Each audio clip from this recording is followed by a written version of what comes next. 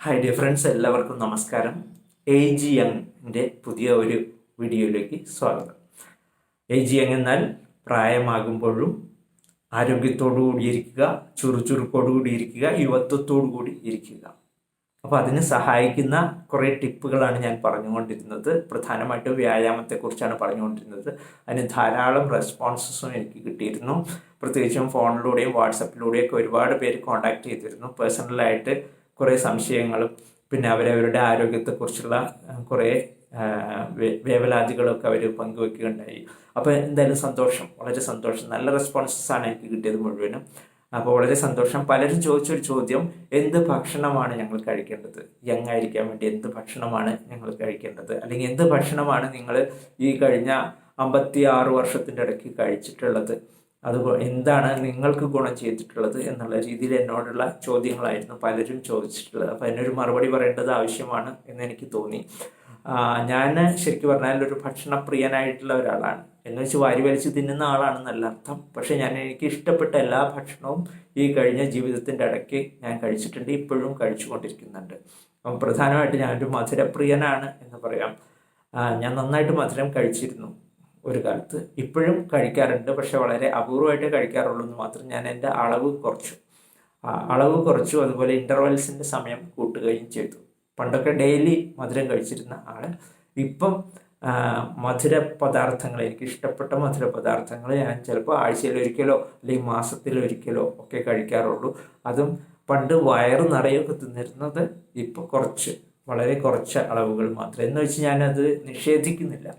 കാരണം ഭക്ഷണം എന്ന് പറഞ്ഞു കഴിഞ്ഞാൽ നമ്മുടെ മനസ്സിനെ കൂടെ സ്വാധീനിക്കുന്ന ഒരു സംഭവമാണ്. നമുക്ക് ഇഷ്ടപ്പെട്ട ഭക്ഷണം നിഷേധിക്കുക, പ്രത്യേകിച്ച് മറ്റുള്ളവർ, നമ്മളൊരു ഫംഗ്ഷനിലൊക്കെ പോകുമ്പോൾ മറ്റുള്ളവരെല്ലാവരും നന്നായിട്ട് കഴിക്കുന്ന കാണുമ്പോൾ അത് ഇഷ്ടപ്പെട്ടുകൊണ്ട് അതിനോട് വിമുഖത കാണിക്കുക എന്ന് പറയുമ്പോൾ നമുക്കത് ഭയങ്കരമായിട്ടുള്ള ഒരു സ്ട്രഗിൾ, ഒരു മനസ്സിനകത്തൊരു സ്ട്രെസ് ഉണ്ടാക്കും. അപ്പോൾ അത് ഒഴിവാക്കുക നല്ലതാണ്. കാരണം നമ്മൾ സ്വാഭാവികമായിട്ടും മൂഡ് ഓഫ് ആവും, നമ്മുടെ മനസ്സ് നെഗറ്റീവ് ആവും. അപ്പോൾ ഇതൊക്കെ നമ്മുടെ ആരോഗ്യത്തെയും നമ്മുടെ യുവത്വത്തെയൊക്കെ ബാധിക്കുന്ന സംഗതികളാണ്. അപ്പോൾ മനസ്സ് പോസിറ്റീവായിരിക്കുക എന്നുള്ളത് വളരെ പ്രധാനമാണ്. ഏറ്റവും പ്രധാനപ്പെട്ടത് നമ്മുടെ മനസ്സ് തന്നെയാണ്. അത് കഴിഞ്ഞിട്ട് ഈ വ്യായാമം, ഭക്ഷണമൊക്കെ വരുന്നുള്ളൂ. അപ്പോൾ മനസ്സ് പോസിറ്റീവായിരിക്കുക എന്നുള്ളത് പ്രധാനമായതുകൊണ്ട് ഇഷ്ടപ്പെട്ട ഭക്ഷണത്തെ കംപ്ലീറ്റ് നിരാകരിച്ചുകൊണ്ട് ഉള്ള ഒരു വഴി ഞാൻ തിരഞ്ഞെടുത്തില്ല. അത്യാവശ്യം കഴിക്കുക എന്നുള്ളതാണ് ഞാൻ ചെയ്യാറുള്ളത്. എന്ന് വെച്ച് നമ്മൾ വാരി വലിച്ച് കഴിക്കാനും പാടില്ല, നിയന്ത്രിക്കണം. അപ്പോൾ ഇതാണ് ഞാൻ ചെയ്തിട്ടുള്ളത്. മധുരം കൂടുതൽ കഴിച്ചതിനുള്ള പല ആരോഗ്യ പ്രശ്നങ്ങളും എനിക്ക് ഉണ്ടായിട്ടുണ്ട്. പക്ഷെ ഒരുപാട് വലിയ പ്രശ്നങ്ങൾ ഉണ്ടായില്ല. കാരണം അന്ന് തന്നെ ഒരു ലിമിറ്റ് ഉണ്ടായിരുന്നു. പിന്നെ ഇപ്പോൾ കുറച്ചും കൂടി ഞാൻ ലിമിറ്റ് ചെയ്തു. അപ്പോൾ ലിമിറ്റ് ചെയ്ത് കഴിക്കുക എന്നുള്ളതും വളരെ പ്രധാനമാണ്. നല്ല ഭക്ഷണം കഴിക്കുക എന്നുള്ളത് വളരെ പ്രധാനപ്പെട്ട സംഭവമാണ്. എന്താണ് നല്ല ഭക്ഷണം എന്നുള്ളതിനെപ്പറ്റി വിശദമായിട്ട്, അതായത് ഒരു വീഡിയോയിൽ ഒതുക്കാവുന്ന സംഗതികളല്ല, വിശദമായിട്ട് പറയേണ്ട സംഭവങ്ങളാണ്. നല്ല ഭക്ഷണത്തിൻ്റെ ഒരു 3 പ്രോപ്പർട്ടീസാണ് ഞാൻ ഇപ്പോൾ പറയാൻ ഉദ്ദേശിക്കുന്നത്. നമ്മളെ പ്രായമാവുന്നതിൽ നിന്ന് തടയുന്ന, അല്ലെങ്കിൽ പ്രായമാവുന്നതിൻ്റെ കോംപ്ലിക്കേഷൻസ് കുറയ്ക്കുന്ന തരത്തിലുള്ള ആരോഗ്യ പ്രശ്നങ്ങൾ അല്ലെങ്കിൽ മറ്റ് പ്രശ്നങ്ങളൊക്കെ കുറയ്ക്കുന്ന തരത്തിലുള്ള 3 പ്രോപ്പർട്ടീസ് പറയാനാണ്, നല്ല ഭക്ഷണത്തിൻ്റെ 3 പ്രോപ്പർട്ടീസ് പറയാനാണ് ഞാൻ ഉദ്ദേശിക്കുന്നത്. ഒന്നാമത്തത് ഭക്ഷണത്തിൽ അടങ്ങിയിട്ടുള്ള പോഷകങ്ങൾ തന്നെ. നമ്മൾ ന്യൂട്രീഷ്യസ് ആയിട്ടുള്ള ഒരു ഭക്ഷണം കഴിക്കണം, അല്ലെങ്കിൽ ഒരു ബാലൻസ്ഡ് ഡയറ്റ്, പോഷകങ്ങൾ സന്തുലിതമായിട്ട് വരുന്ന തരത്തിലുള്ള ഒരു ഭക്ഷണം കഴിക്കണം എന്നുള്ളത്. സമീകൃത ആഹാരം എന്നൊക്കെ പറഞ്ഞ് ഇപ്പം ആധുനിക ശാസ്ത്രം പഠിപ്പിച്ചുകൊണ്ടിരിക്കുന്ന ഭക്ഷണം കഴിക്കണം എന്നുള്ളത് തന്നെയാണ് എൻ്റെ അഭിപ്രായം. പണ്ട് കാലത്ത് അല്ലെങ്കിൽ പ്രകൃതിയിൽ കാണുന്ന മറ്റ് ജീവികൾ കഴിക്കുന്നത് നോക്കിക്കഴിഞ്ഞിട്ടുണ്ടെങ്കിൽ അവർക്ക് തോന്നുന്ന സാധനം എടുത്ത് കഴിക്കുകയാണ് ചെയ്യുന്നത്. അല്ല, അവർ ഈ സയൻസ് ഒന്നും നോക്കിയിട്ടില്ല. പണ്ട് കാലത്ത് മനുഷ്യനും അങ്ങനെ തന്നെയായിരുന്നു. അലിഞ്ഞു തിരിഞ്ഞ് നടക്കുന്ന ഹണ്ടർ ഗാദറിങ് എന്ന വിഭാഗത്തിൽ പെട്ടിട്ടുള്ള ഒരു ജീവിയായിരുന്നു മനുഷ്യനും ലക്ഷക്കണക്കിന് വർഷങ്ങളോളം. പിന്നീട് കൃഷി ആരംഭിച്ച് ഒരു സ്ഥലത്ത് സെറ്റിൽ ചെയ്യാൻ തുടങ്ങിയതിന് ശേഷമാണ് മനുഷ്യൻ്റെ ഭക്ഷണ രീതിയിൽ തന്നെ വലിയ വ്യത്യാസങ്ങൾ വന്നത്. ഈ ധാന്യങ്ങളൊക്കെ മനുഷ്യൻ്റെ ഭക്ഷണത്തിലേക്ക് കടന്നു വന്നിട്ട് വളരെ കുറച്ചു കാലമേ ആയിട്ടുള്ളൂ.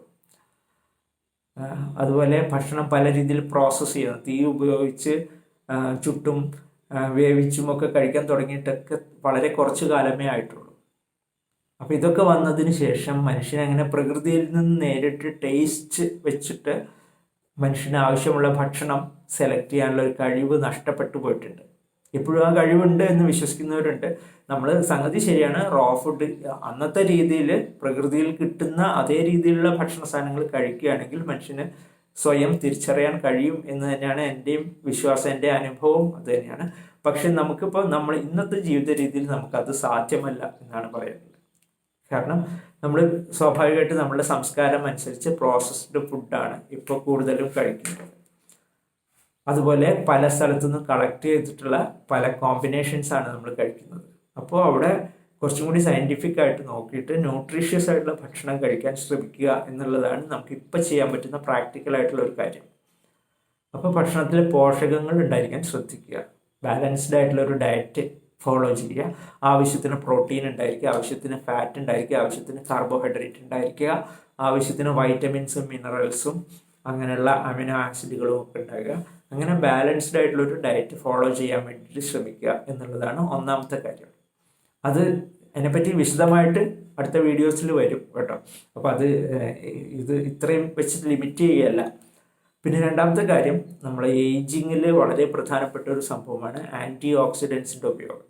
ഏജിങ് തടയാൻ വേണ്ടി വളരെ പ്രധാനപ്പെട്ട ഒരു സംഭവമാണ്. അപ്പോൾ ആൻറ്റി ഓക്സിഡൻ്റ് ആയിട്ടുള്ള ഭക്ഷണങ്ങൾ, കൂടുതലും പഴങ്ങൾ, പച്ചക്കറികൾ, അത് പച്ചയായിട്ട് കഴിക്കാവുന്ന പച്ചക്കറികൾ. അപ്പോൾ സാലഡ്സൊക്കെ ഭക്ഷണത്തിൽ ധാരാളമായിട്ട് ഉൾപ്പെടുത്തുക. ഒരു നേരം കഴിയുന്നതും ഒരു നേരം പഴങ്ങൾ മാത്രം കഴിക്കുക. അങ്ങനെയുള്ള കാര്യങ്ങൾ വളരെ പ്രധാനമാണ്. അതിനെ പറ്റിയിട്ട് കൂടുതൽ വിശദമായിട്ട് ഞാൻ പറയാം.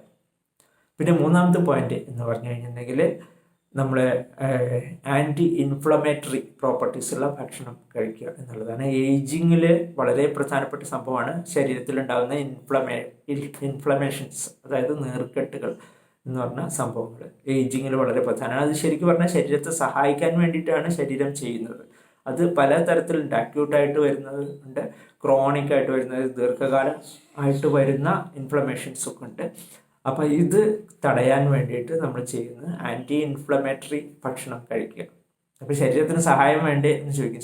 ശരീരത്തിൽ സഹായിക്കാൻ വേണ്ടിയിട്ട് തന്നെയാണ് ഇൻഫ്ലമേഷൻസ് ഉണ്ടാകുന്നത്. പക്ഷേ അതും പലപ്പോഴും മോശപ്പെട്ട ഭക്ഷണം കൊണ്ടും ശരീരത്തിൽ ഉണ്ടാകുന്ന പലതരത്തിലുള്ള ഇഞ്ചുറീസും ഇതുകൊണ്ടൊക്കെയാണ്. അപ്പോൾ ഇഞ്ചുറീസിനെ എത്രയും വേഗം ക്യൂർ ചെയ്യുക.